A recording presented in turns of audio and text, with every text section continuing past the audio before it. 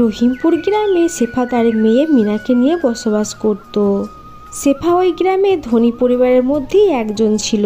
শেফা তার মেয়েকে অনেক ভালোবাসতো। শেফার অনেক ধন সম্পদ থাকায় সে গ্রামের সবাইকে সাহায্য করত। একদিন মিনা গ্রামের রাস্তা দিয়ে হাঁটছিল। এমন সময় ঠিক মিনা কারো কান্নার আওয়াজ শুনতে পায়। আরে, মনে হচ্ছে কেউ আশেপাশে কান্না করছে, কিন্তু আমি তো এখানে কাউকে দেখতে পাচ্ছি না। দেখি তো। আর একটু সামনে গিয়ে মিনা চারিদিকে তাকাতে থাকে আর সামনে চলতে থাকে। এমন সময় মিনা তার সামনে রূপাকে দেখতে পায়। আরে, এ তো বাঘিনী মাসির মেয়ে রূপা, কিন্তু এইভাবে এখানে কান্না করছে কেন? মিনা রূপার কাছে যায় আর তাকে বলতে থাকে, রূপা, এই রূপা, তুই এইভাবে কান্না করছিস কেন? বাঘিনী মামের কি কিছু হয়েছে? না, মায়ের কিছুই হয়নি, মা একদম ঠিক আছে। তাহলে তুই কাঁদছিস কেন? আমাকে বল।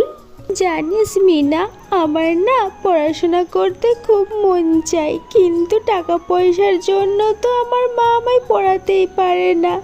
আরে দূর পাগলি, এর জন্য আবার কেউ কান্না করে নাকি? তুই আমার সাথে আমাদের বাড়ি চল, আমার মা তোকে ঠিকই সাহায্য করবে। এখন চল তো, আর কান্না করিস না।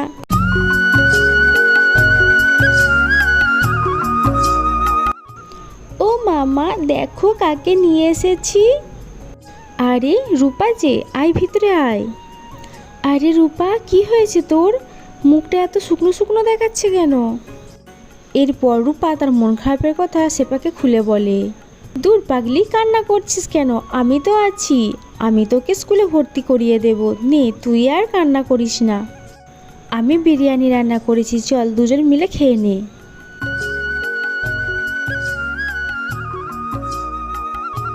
ছু মন্তর, জাদু মন্তর ছু। জাদুর তরমুজ বাড়ি, তুই এক্ষুনি আমার সামনে প্রকট হ। তান্ত্রিক এই কথা বলার সাথে সাথেই তার সামনে একটা জাদু তরমুজ বাড়ি প্রকট হয়। এরপর তান্ত্রিক সেই তরমুজ বাড়ির ভিতরে যায়। হা হা হা হা, রাক্ষস মাতা যেমন বলেছিল ঠিক আমি সেরকম তরমুজ বাড়ি বানিয়েছি। এবার আমার শক্তি অর্জন করা থেকে কেউ আটকাতে পারবে না। রাক্ষস মাতা, তোমায় অনেক ধন্যবাদ। এই কথা বলে তান্ত্রিক গ্রামের দিকে এগিয়ে যায়। দূর, আর ভালো লাগে না। সেই 1 ঘন্টা ধরে দাঁড়িয়ে আছি, এইখান দিয়ে কি কোনো পশুই যায় না?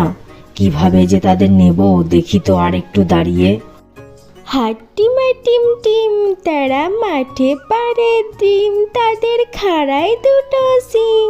আরে হাট্টিমা টিম টিম।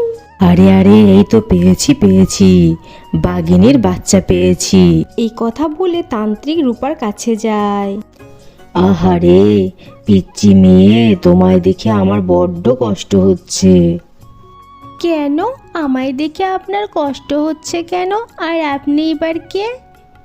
আমি একজন তান্ত্রিক, আমি সবার ভাগ্য পরিবর্তন করতে পারি। সত্যি? তাহলে আপনি আমার ভাগ্য পরিবর্তন করে দিন না। দেব, তোকে অনেক বড়লোক বানিয়ে দেব। তুই এখন আমার হাতের এই ফলটা খেয়ে নে, দেখবি সাথে সাথে তুই অনেক কোটিপতি হয়ে গেছিস।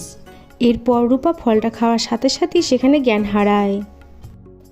আর তান্ত্রিক তাকে সঙ্গে সঙ্গে সে জাদু তরমুজ ঘরে বন্দি করে রেখে আসে।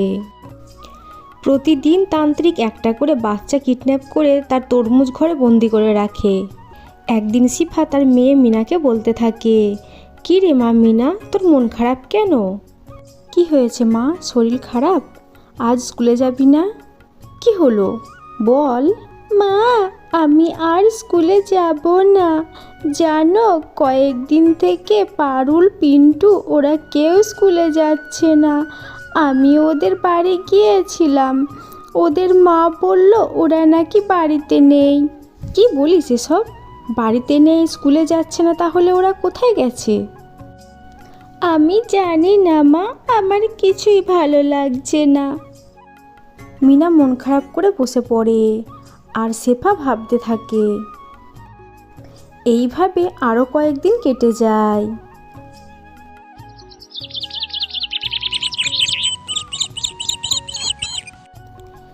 একদিন তান্ত্রিকের ডাকে তার রাক্ষস মাতা তরমুজ বাড়িতে আসে আর তান্ত্রিককে বলে, কিরে তান্ত্রিক, 10জন পশুর বাচ্চা জোগাড় করতে পেরেছিস?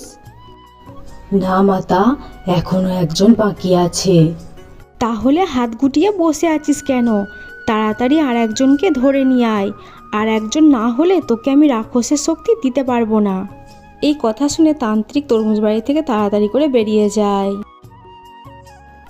আর কিছু দূর যেতেই সে মিনাকে দেখতে পায় এবং তার সামনে যায়।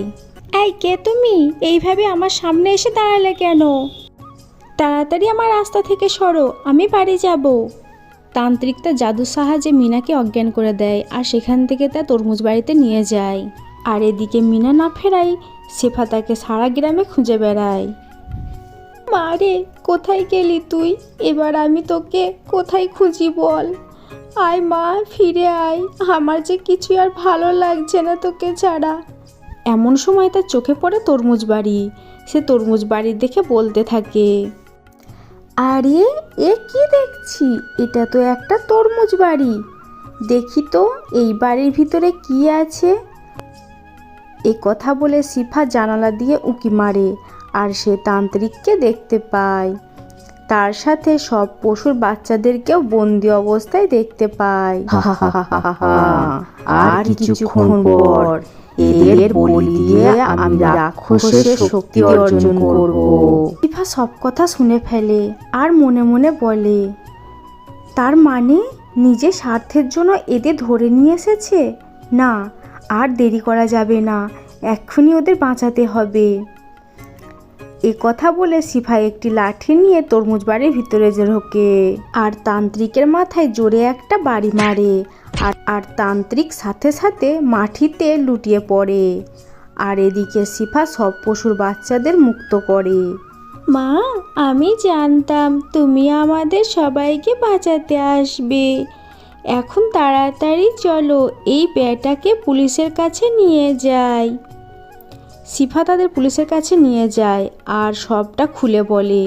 পুলিশ অজ্ঞান তান্ত্রিককে ধরে নিয়ে যায় আর গ্রামের সবাই এই দুষ্টু তান্ত্রিকের হাত থেকে রক্ষা পায়। তো বন্ধুরা, আজকে আমাদের এই গল্পটি তোমাদের কাছে কেমন লেগেছে অবশ্যই কমেন্ট করে জানিয়ে দেবে। যদি ভালো লাগে তাহলে একটা করে লাইক, সাবস্ক্রাইব এবং শেয়ার করে দিও। তাহলে সবাই ভালো থেকো। আল্লাহ হাফেজ।